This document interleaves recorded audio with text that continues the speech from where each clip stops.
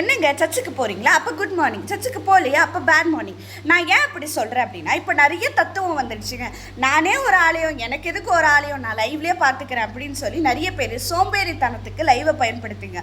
உண்மையாக கொரோனா காலத்தில் நம்ம யாராலையும் கூடி வர முடியலன்னு ஆரம்பித்த அந்த லைவை இப்படி பயன்படுத்தலாமா?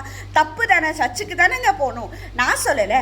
எபிரேயர் 10:25 இப்படி சொல்லுகிறது, சபை கூடி வருதலை சிலர் விட்டு விடுவது போல நீங்கள் விட்டு விடாமல் ஒருவருக்கொருவர் புத்தி சொல்ல கடவும். நாளானது சமீபத்து வருகிறதை எவ்வளவாய் பார்க்கிறீர்களோ அவ்வளவாய் புத்தி சொல்ல வேண்டும்னு சொல்லிட்டு பிறகு கூட நம்ம எதுக்குங்க வீட்டில் உட்காந்துட்டு இப்படி பண்ணிட்டு இருக்கோம்? இன்னைக்கு நீங்கள் ஆலயத்துக்கு போங்க, உங்கள் ஆவிக்குரிய சபைக்கு போங்க, ஆண்டவர் கை தூக்கி ஆறாதீங்க. இந்த 6 நாள் உங்களை எந்த ஒரு பாதியை நேரிடாதபடிக்கு பாதுகாத்தார்ல, அவருக்கு கொஞ்சம் உங்களுடைய தூக்கத்தை, உங்களுடைய டயர்னஸை தியாகம் பண்ணி நீங்கள் சபைக்கு போய் பாருங்க, கர்த்தர் நிச்சயமாக உங்களை ஆசீர்வதிப்பார். அதனால சர்ச்சுக்கு போனீங்கன்னா ஹேவ் a great day.